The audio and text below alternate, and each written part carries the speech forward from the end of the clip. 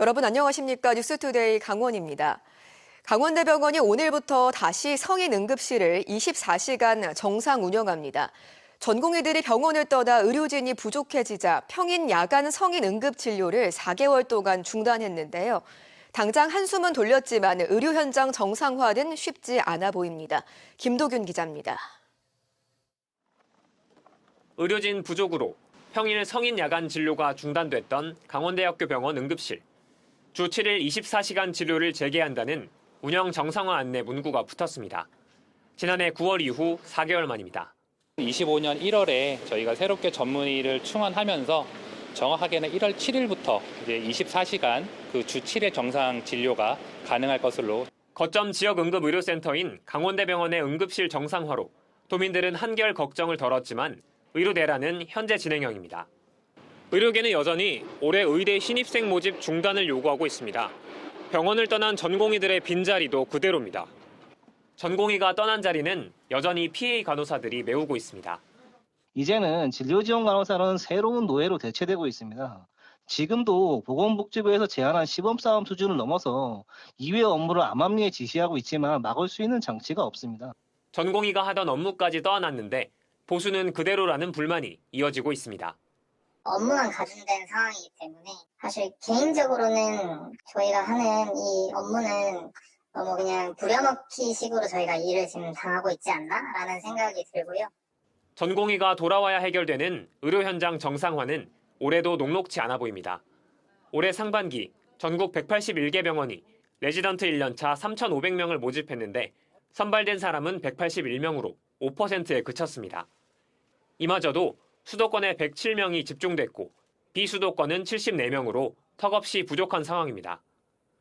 도내 병원을 떠난 280명의 전공의 복귀도 사직 서술이 1년 뒤인 올해 6월 이후에나 가능해 의료 공백은 당분간 계속될 전망입니다. MBC 뉴스 김도균입니다. 지난해 태백 장성광업소에 이어 올해 6월에는 삼척 도계광업소가 문을 닫습니다. 하지만 지역의 생존을 지켜줄 대책이 늦어지자 주민들이 대정부 투쟁을 선언하고 나섰습니다. 보도에 조규환 기자입니다.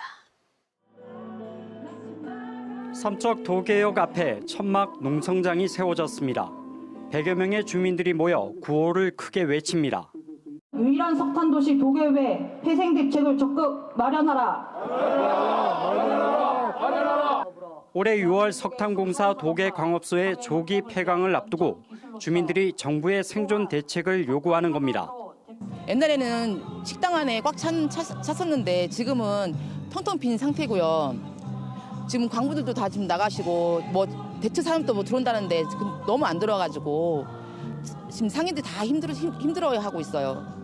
강원도와 삼척시는 조기 폐광 지역을 고용 위기 지역으로 지정받으려고 했지만 지난해 최종 무산됐습니다. 또 중입자 가속기를 기반으로 하는 의료산업 클러스터 구축은 아직도 정부의 예비 타당성 조사 결과를 기다리고 있습니다.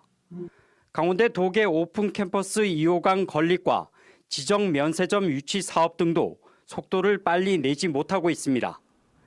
비상계엄 선포에 이은 대통령 탄핵 정국으로 정부의 정책 결정과 판단이 늦어지고 있기 때문으로 보입니다.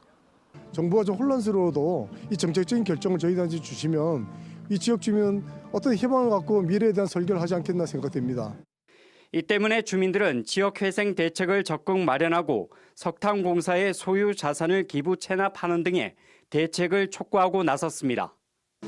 주민들은 오늘 9일 세종시를 찾아 산업통상자원부와 기획재정부에 항의의 뜻을 전하고 집회를 벌이는 등 대정부 투쟁 수위를 높여나갈 방침입니다.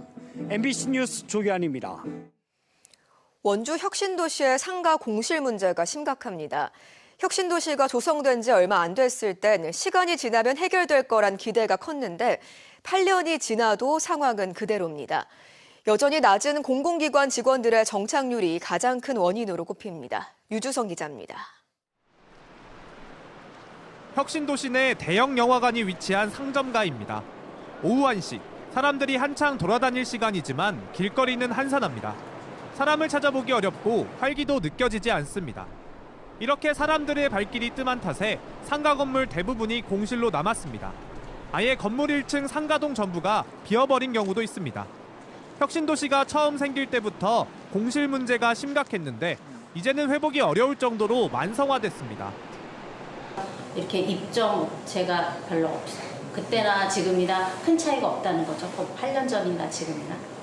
그러니까 애초부터 혁신도시는 상권이 설계가 잘못됐어요. 너무 도로도 복잡하게 설계했고 상권을 다 분리시켜놨고 다 떨어뜨려놨어요. 혁신도시 외곽으로 나가면 상황은 더 심각합니다. 그나마 사무실이 밀집해 있는 지역에서도 영업 중인 상가를 찾아보기 어렵습니다.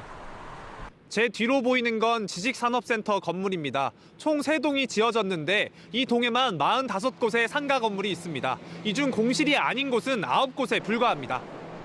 혁신도시가 유독 공실이 많고 공실 문제가 만성화된 건 잘못된 도시 설계, 수요 예측 실패 등 여러 요인이 있지만 가장 큰 원인은 역시 낮은 정착률입니다. 2017년 혁신도시 이전이 완료된 이후 8년이 지났지만 원주 혁신도시의 가족 동반 이주율은 68.6%로 전국에서 2번째로 낮습니다. 원주보다 가족 동반 이주율이 낮은 곳은 충북이 유일한데 두 곳 모두 서울과 가까워 출퇴근이 가능하다는 점이 영향을 미쳤을 것으로 분석됩니다. 실제 건강보험공단 등 이전 공공기관들은 여전히 매일 서울을 오가는 출퇴근 버스를 운행하고 있고 주말에는 더 많은 인원들이 증차된 전용 버스를 타고 원주를 빠져나가고 있습니다. 정주 여건 개선을 통한 혁신도시 이전 공공기관 직원들의 정착 문제를 해결하지 못하는 한 공실 문제는 계속될 것으로 보입니다. MBC 뉴스 유주성입니다. 지난해 춘천의 한 중학교에서 장애 학생을 상대로 한 학교폭력에 대해 해당 학생 부모와 느린학습자 인권보호 시민연대가 어제 강원도 교육청에서 기자회견을 열고 교육청과 학교의 대처가 미온적이라고 주장했습니다. 특히 피해 학생이 집단 폭행과 성추행에 시달렸고 가해 학생들은 사과 없이 쌍방 가해 신고와 2차 가해를 저질렀지만 교육당국이 학교폭력 심의 과정에서 내용을 누락하는가 하면 피해자의 전학을 운운했다고 주장했습니다. 강원도 교육청은 느린 학습자 특성을 반영한 학교폭력 지원 체계를 마련하겠다고 밝혔습니다. 지난해 원주 고향사랑 기부 모금액이 목표 대비 12% 증가한 3억 4천만 원을 기록했습니다. 전년 대비 47% 증가한 2,844명이 기부에 참여했고 기부금은 세액공제를 받을 수 있는 10만 원 이하가 98%를 차지했습니다. 기부자에게 지급되는 답례품으로는 원주사랑 상품권, 한돈 세트, 토토미, 참기름 세트가 인기를 끌었습니다.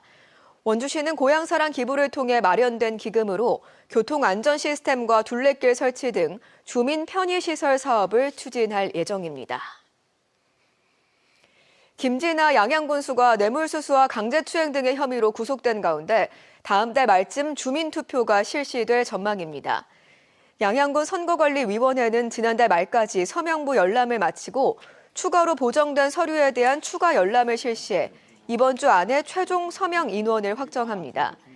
양양군수 주민소환투표 추진단체는 4,785명의 서명부를 선관위에 제출했으며 무효 처리된 서명 인원에 대한 보정 절차를 거쳐 주민소환투표 기준인 3,771명은 충족한 상태입니다. 양양선관위는 소명서 제출 기한과 주민소환투표 공고가 차질 없이 진행되면 다음 달 말쯤 주민투표가 실시될 것으로 보고 있습니다.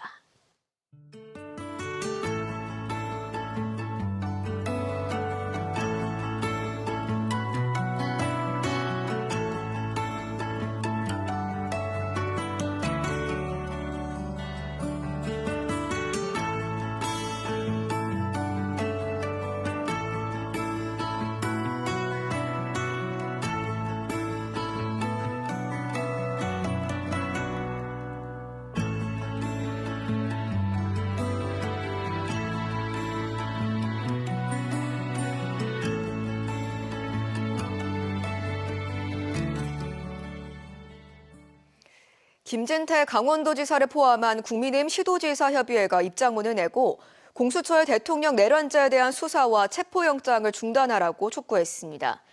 이어 윤 대통령의 직무가 일시 정지됐지만 국가 원수로서의 지위에는 변함이 없다며 더불어민주당의 이재명 방탄 행위를 즉각 중지하라고 요구했습니다. 이에 대해 춘천시민연대 등 전국 시민단체 등으로 구성된 참여자치 지역운동연대는 국민의힘 시도지사 입장문을 강력 규탄하고 내란죄 수사 방해 행태를 중단하라고 맞섰습니다. 윤석열 정권 퇴진 강원운동본부가 오늘 강릉 권성동 의원 사무실 앞에서 권 의원의 의원직 제명을 촉구하는 기자회견을 개최합니다. 윤석열 정권 퇴진 강원운동본부는 권 의원이 내란을 옹호하고 국민을 선동해 헌법과 법률을 위반했다며 의원직 제명 국민동의 청원을 진행하겠다고 밝혔습니다. 본부는 권성동 의원의 행위는 국회의원은 국가의 이익을 우선해 양심에 따라 직무를 행한다는 헌법 제46조 2항을 위반하는 것일 뿐만 아니라 형법 제90조 2항의 내란 선전죄에도 해당한다고 강조했습니다. 강원도청에 마련된 무안공항 여객기 사고 희생자 합동 분향소가 내일 밤 10시까지 연장 운영됩니다. 강원도는 당초 정부의 애도기간 종료일인 4일까지 운영할 계획이었지만 희생자 수습 절차 지연 등을 고려해 내일까지 운영을 연장하기로 했습니다. 강원도청 별관 4층 대회의실에 마련된 합동 분향소에는 지난 3일까지 928명의 도민이 주문했습니다. 여중협 신임 강원도 행정부지사가 취임해 대설대책회의로 첫 업무를 시작했습니다.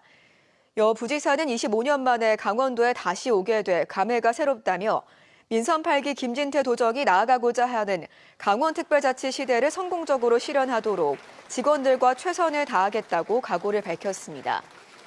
원주 출신의 여 부지사는 행정고시 41회로 행정안전부 자치분권국장과 강원도 경제정책과 지식산업팀장 등을 역임했습니다. 평창군이 지역 농가를 위해 농기계 임대 배송 서비스를 확대합니다. 평창군은 콤바인과 베일러 등 1톤 화물 차량에 실리지 않는 대형 농기계를 배송해 왔는데 이달부터는 6개 농기계 임대사업소 화물 트럭을 활용해 중소형 크기의 농기계도 자가 운반이 어려운 농가에 배송해 줍니다. 일주일 전에 사전 예약해서 이용할 수 있고 금액은 편도 2만 원입니다. 평창군은 농기계 안전사고 예방 교육과 점검도 병행할 계획입니다. 양구군이 소음대책 지역으로 지정된 마을 주민을 대상으로 다음 달 말까지 군소음 피해 보상금 신청을 받습니다.